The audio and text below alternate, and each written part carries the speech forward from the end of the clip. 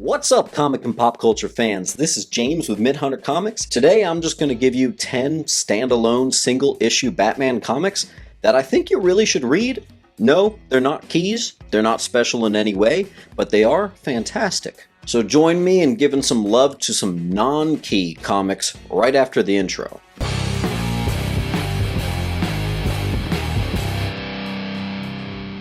I want you guys to list down below 0 in you haven't read any of these all the way to 10, meaning that you've read them all. Or just give me a single issue, not graphic novel please, a single issue Batman book that you just love and why. Make sure you are liking and commenting down below. Remember, we're giving away the entire Legends of the Dark Knight run to one lucky winner once we hit 5,000 subs. For those of you joined, members of my channel, I'm giving one of you this first appearance of Powerpuff Girls, and it happens to be the rare Burger King variant, for free. This list is in no particular order, guys, so I am just going to start you out with Batman Volume 3, number 23. Batman and Swamp Thing together. What more could you ask for? Even though it's only several years old and quite short, I've reread this plenty of times. The story begins with the murder of a man on the 84th floor in an apartment in Gotham City. Batman and Commissioner Gordon are on the scene, with Gordon unsure of how the victim was killed by a gunman that entered from a window when they're on the 84th floor. During Gordon's mumblings, Swamp Thing appears out of a spot of mold in the room and has a hilarious entrance in that Batman, of course, is not shocked to. I love this. Turns out the victim is Alec Holland, Swamp Thing's father, and Swamp Thing sought out Batman for help learning the killer's whereabouts. I absolutely adore the hilarious non-dialogue scenes of Alfred cleaning up the halls after Swamp Thing while Swamp Thing and Bruce have a chat in Wayne Manor. With no words, you can just see the passive-aggressive disapproval in his face. I love it. Batman and Swamp Thing hunt down Batman's best villain ever, Kite Man, who we learn sold a kite to the killer a few days ago. Batman quickly discovers the identity of the killer, stating, "I know this guy, this won't be easy," followed by Swamp Thing immediately saying, "Oh, I know exactly where he is. The grass told me." Dude, I love this. I love the dialogue in this. Then we get this awesome page right here in which Swamp Thing asks Batman, "Why do you need a car?" And Batman saying, "I don't know. Why do you need a body?" Followed by the classic Bat grin. It culminates in Batman and Swamp Thing meeting the murderer, and I don't want to spoil the end, but let's just say Swamp Thing totally used Batman. Something you don't get to see too often in DC Comics. Batman's left there screaming for answers from Swamp Thing, who fades away into a heap of leaves on the floor, fully getting what he came for and making a fool out of Batman.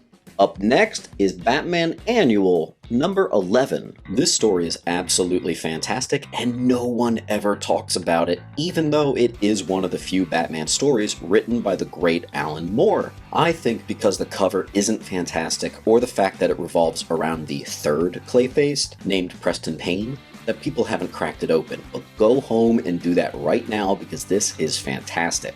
It's a story about relationships and specifically male insecurity, cleverly written from a point of view perspective of Preston Payne, aka Clayface. The story starts showing Clayface sitting with his wife complaining in his head that she never speaks to him anymore. His inner monologue speaks about her as if she's waiting for him to screw up, he always says. He gives a brief overview of how they met and talks about how he met her in a store, blaming her for her vanity, saying, "Isn't it just like a woman to be found in a store?" He embraces her, saying their love at first was so strong that she was speechless. Here's where we find out pretty early on that she's a frickin' mannequin, and he's absolutely crazy. They lived together in the mall in which he found her, and he speaks about how for a time they had a perfect life. During the day, he would blame her for her vanity when she allowed wandering eyes to watch her. One day, she's moved into the lingerie section unbeknownst to Clayface, and he searches aimlessly for her, finally finding her displayed in underwear, and cannot believe her treachery. He puts clothes on her and stated that they never spoke of this again. One night, a security guard, broke off of his poor wages, takes this mannequin's scarf as a gift to his wife. Clayface oversees this and mistakes it as his wife, the mannequin, freely giving the scarf as a token of affection. Angry and insecure, he brutally kills this guard. The next couple days, in the attic of the mall, while they sat for dinner, he notices her blank gaze is fixated out of the window, and turns to see the bat signal. Calling her a cheater, he realizes in his messed up brain that she is cheating on him with Batman. When Batman arrives at the mall to further his detective work on this killed guard, Clayface attacks, screaming at Batman for cheating on him with his wife, declaring that they both must have been laughing at him. He yeets Batman through a door into the room with his wife. About to kill Batman, he notices a slight smile on her face. He stops fighting as he arrives at the realization that she must be smiling over the image of the two men fighting for her affections. Blaming women for their inability to stay loyal to men, he collapses, saying she's not worth it. Batman, meanwhile, is puzzled, offers to help Clayface, and admits him into Arkham, where we arrive back at the opening scene. Clayface next to his mannequin wife, with his inner monologue saying it'll never be the same between them two, and that all the love is gone, and that they're both afraid to mention divorce. He blames her for everything. It culminates in a very interesting tale in which Moore gives us a story of marriage and male insecurity, and in particular how the latter often inevitably undermines the former. For all you manipulative and insecure dudes out there, give this one a read. Up next is one story in particular from Detective Comics 1000. Yes, this is the recent big-time anniversary issue. It's a collection of at least 10 or more mini-stories that make up this 100-page comic. But it's the second story in here which is fantastic and kind of funny. It follows each of Batman's rogues being interviewed about their henchmen and goons. The one goon none of them can stop thinking about is some poor goon named Newt Brody. All of the rogues are in agreement that he is the worst henchman of all time. Riddler, Harley, Ivy, and Mad Hatter each have a story about how Brody massively screwed up their master plans. Harley describes how when Batman and Robin came to stop her and Joker, Newt Brody missed Batman with a bat and hit Harley in the head instead. Mad Hatter talks about how Brody fell asleep on the job when he was supposed to be the lookout man. Riddler talks about a hilarious time in which he was taunting Batman, and Batman simply grabbed Brody, standing right next to Riddler, and asked for the codes to turn off the death traps. Poison Ivy recounts a story about how Brody burnt down her entire greenhouse after trying to toast a sandwich in the microwave.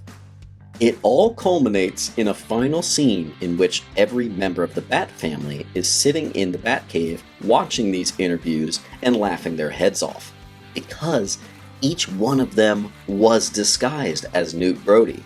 Even Alfred had a run at the Brody disguise.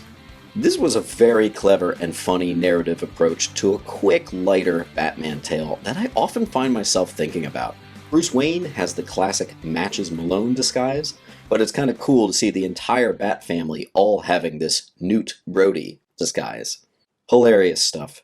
Up next is a fantastic Bruce Wayne comic, Gotham Knights number 32. Alright, here's a great Bat story that asks one question: what influence can Bruce Wayne have over crime with his power rather than Batman and his fists? These 22 pages show Batman's influence within a 24-hour normal day, both directly and indirectly. In one scene, we see Bruce Wayne subtly manipulating two business moguls into doing good acts for the community by appealing to their egos. The next page cuts to Bloodhaven and Dick Grayson's police unit, where the Wayne Foundation has just paid for all new bulletproof gear. The next page cuts to a gay couple celebrating Batman Day as the anniversary in which Batman saved them from being mugged. The next page shows an ex-con being interviewed after out of prison for a job. He had been previously caught by Batman, but said that Batman believed in him, which completely changed his life. The next page shows Bruce's secretary wondering what he possibly could have spent $2,000 at lunch every single day, and it cuts to Bruce Wayne treating a series of homeless people out to a fancy lunch. Later, it shows Bruce meeting a kid looking for schools and offers him a scholarship under the Wayne Education Assistance Program. Later, he visits Lucius Fox's family in the aftermath of Lucius being injured and stays for dinner. Finally, nighttime comes and he dons the cowl. We see him save someone from an oncoming truck. The next page shows a criminal walking from a job, too nervous about getting possibly seen by Batman. The next scene, a couple is now feeling safe and is able to do their nighttime walks once again.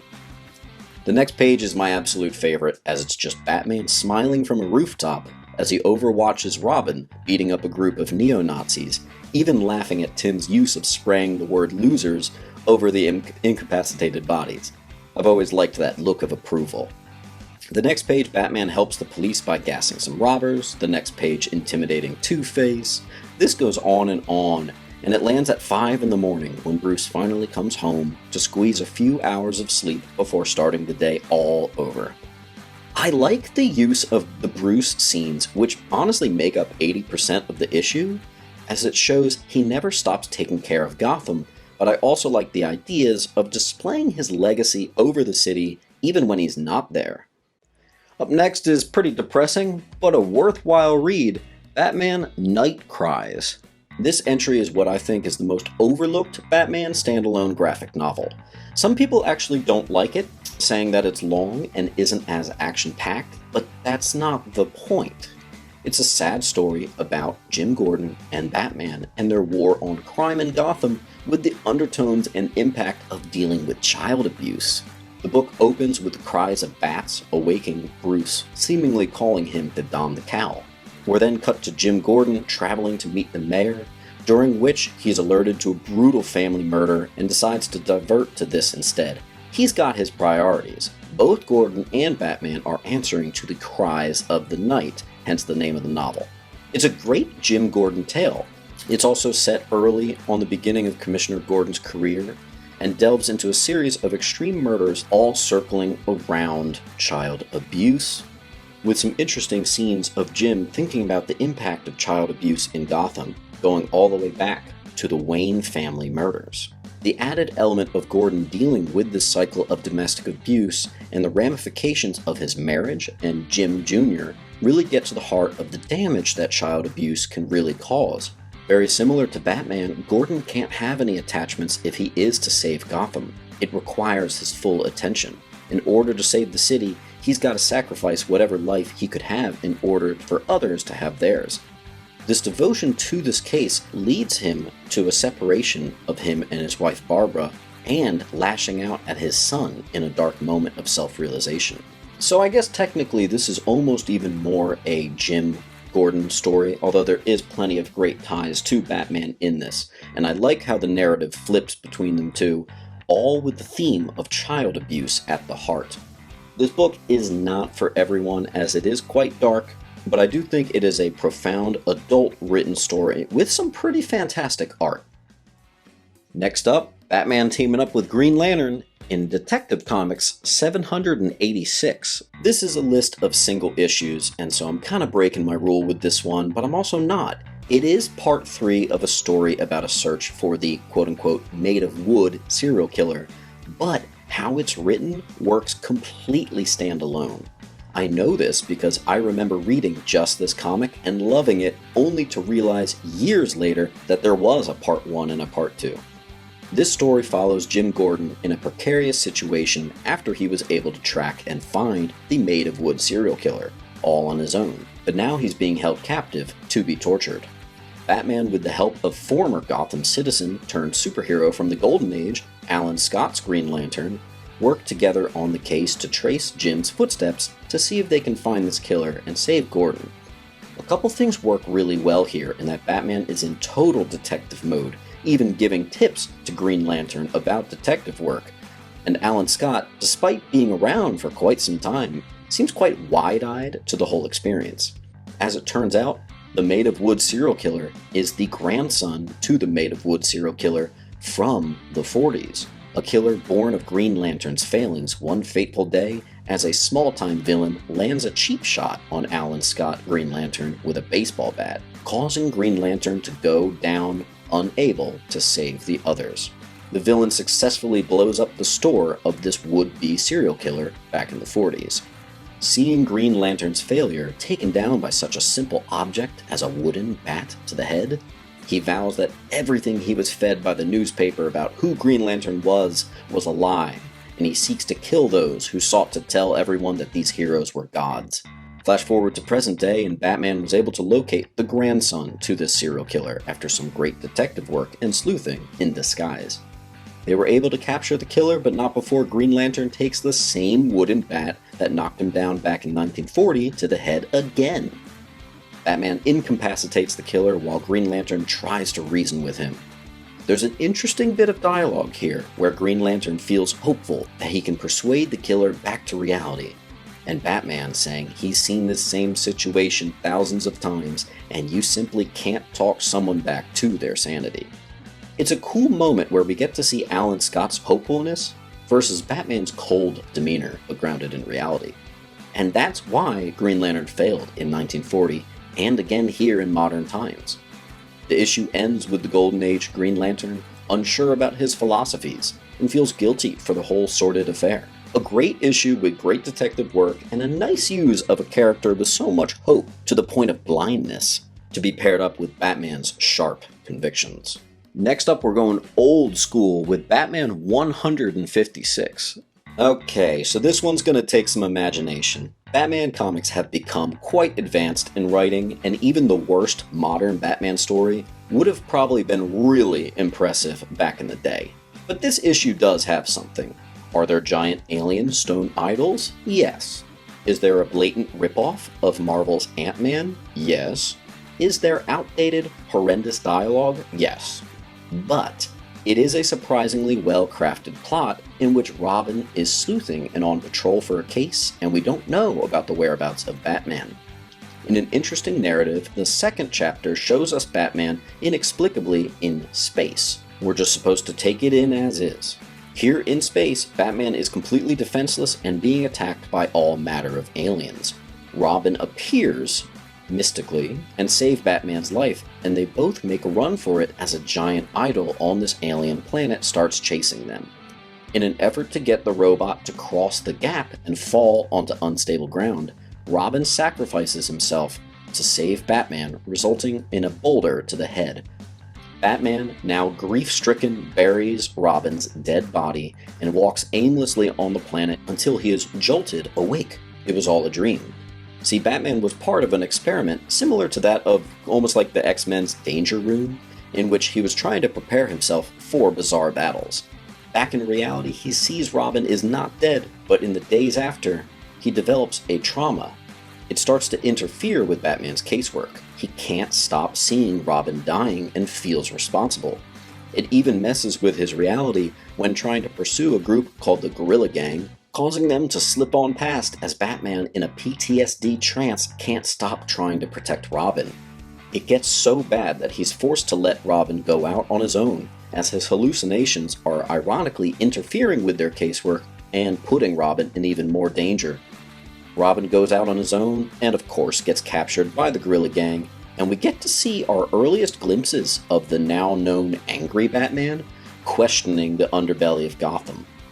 With some detective work, he's able to find Robin, and despite the hallucinations, he powers through as the reality of losing the real Robin this time is too powerful.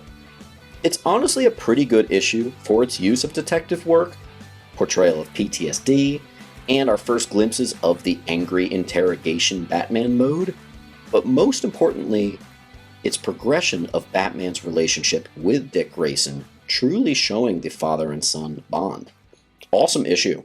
Up next is a very recent comic, Detective Comics 1017. This very recent Detective Comics book worked very well as a one-time, one-shot story by guest writer Tom Taylor. A lot of people are nervous about picking up Detective Comics right now because it's so high in its numbers, but don't be put off by that, because honestly, the Detective Comics line occasionally can put out stronger stories than even the main Batman comic line, like this one.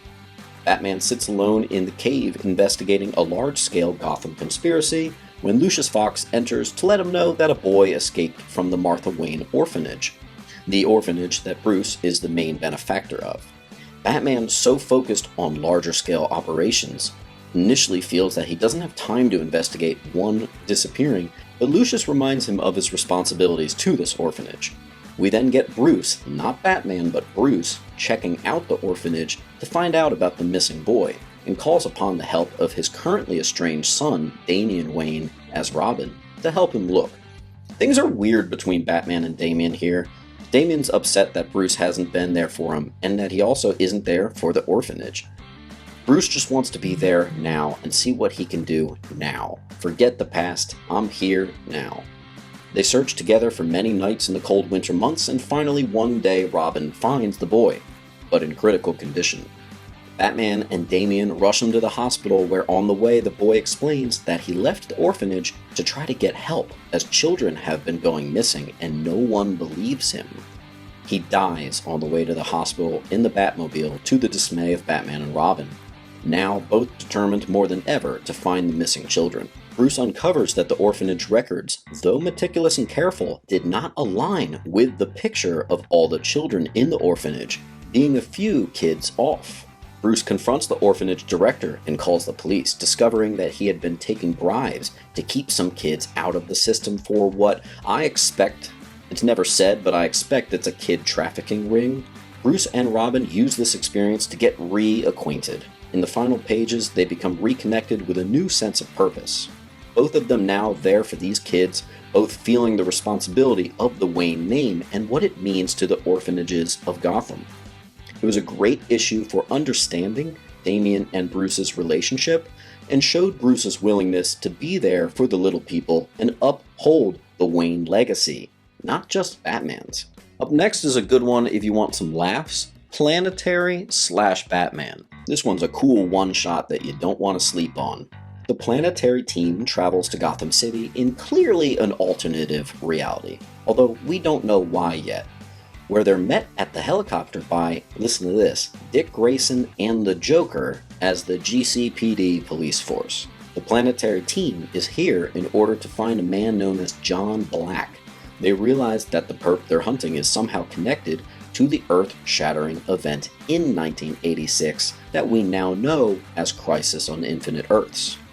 This John Black has the ability to distort the reality of everything in his vicinity to portray different versions of different Earths when around them. Investigating the spot he was last seen, they find him, but in chasing him, they encounter a bizarre individual dressed as a giant bat, Batman. Planetary members Snow and Drummer pursue John Black, while Planetary member Jaquita fights Batman. Getting too close to John Black, he erupts in a wave of multi-dimensional energy, changing the world around him. This is where the story not only is interesting, but clever and even funny, as with each of these blips from John Black, we get a different Earth's Batman, including Batman being changed to the ridiculous 60s Batman, in which he says things like "bat apologies" and sprays female villain repellent on the Planetary member Jaquita. He blips again, and we get the grisly Frank Miller Batman version, which is almost terrifying. After another blip, we get 70s Batman, who seems to hear the group out most in this form. And after one blip, we get the 1939 gun-toting Batman, in which John Black is almost killed by Batman. Remember in 1939 how he used to do that? Yeah, history likes us to forget that one. In each iteration of Batman coming back, he's refusing to let them have John Black, as he wants him to be prosecuted in Gotham. It's only when one shift and an image brings enlightenment to Batman and Black that both men lost their parents to murderers that Planetary is able to convince Batman to let them take him in. Before we move on to the last example, check out these honorable mentions. Detective Comics Annual number 8, Batman Volume 3 Annual number 3, Detective Comics 477, Batman Volume 2 Annual number 3, and Detective Comics Annual number 1. And I'll finish you guys off with Detective Comics 439. Last example here I'm going to give you guys. Here's a 100-page Batman special from 1974, but it's the first story, the first 18 pages or so, that's memorable. This is a classic 70s Batman checking off all of the boxes. The script is especially strong, declaring his knightly duties as meeting darkness with darkness and a necessary instilling of terror into criminals. This is very Batman. A robbery goes wrong, resulting in a boy's mom being shot. As the husband wrestles with the shooter and almost has him, the getaway car pulls up and 3 other men shoot the husband, leaving a now orphaned boy sobbing on the street. Batman is immediately struck by this, as the exact same thing happened so many nights ago. He erupts in rage as he catches up with the getaway car atop the roof and awaits his turn to reveal himself. This issue clearly never has Batman say a word, and it's stories like this that really give us the silent nighttime guardian that we know today. And it helps to give him a more terrifying angle. One by one, he instills fear into each of the men, impossibly seemingly catching one by one as they escape, only to see Batman at every corner. You can see he's angry. His anger guides his hand as he takes out all the robbers but one, a younger boy who is in over his head and never wished to be caught up with murder. This last robber cries, and Batman can see his innocence despite being caught up with those men. Here, Batman's anger subsides as the narrative says, he has done his dark work, he has stalked vicious men with equal viciousness to strike terror into their hearts, but this sobbing boy does not deserve Batman's justice, and this creature of the night retreats to the shadows. Back at home, Bruce finds himself emotional. I love the narrative here as well. With the frosty birth of day, this haunter of darkness dies, leaving only a weary Bruce Wayne. And suddenly, sorrow explodes within him. He reflects on the boy crying in the street, seeing his parents murdered, and he reflects on the young robber crying for being wrapped up in the day's viciousness. Bruce begins to cry, being thrust back into his own sadness that began so many years ago. It really shows us the tortured soul that is Batman, and reminds us how sad of a character he really is. I've always said a good classic story demonstrates the tragicness of his character to his promise on his war on crime. Let me know what you guys think down in the comments. Have you read these? Have you read half of them? Have you read none of them? Let me know a book that you just love, even though it's not a key. What's something that really left an impact on you? And as always, guys, keep on collecting.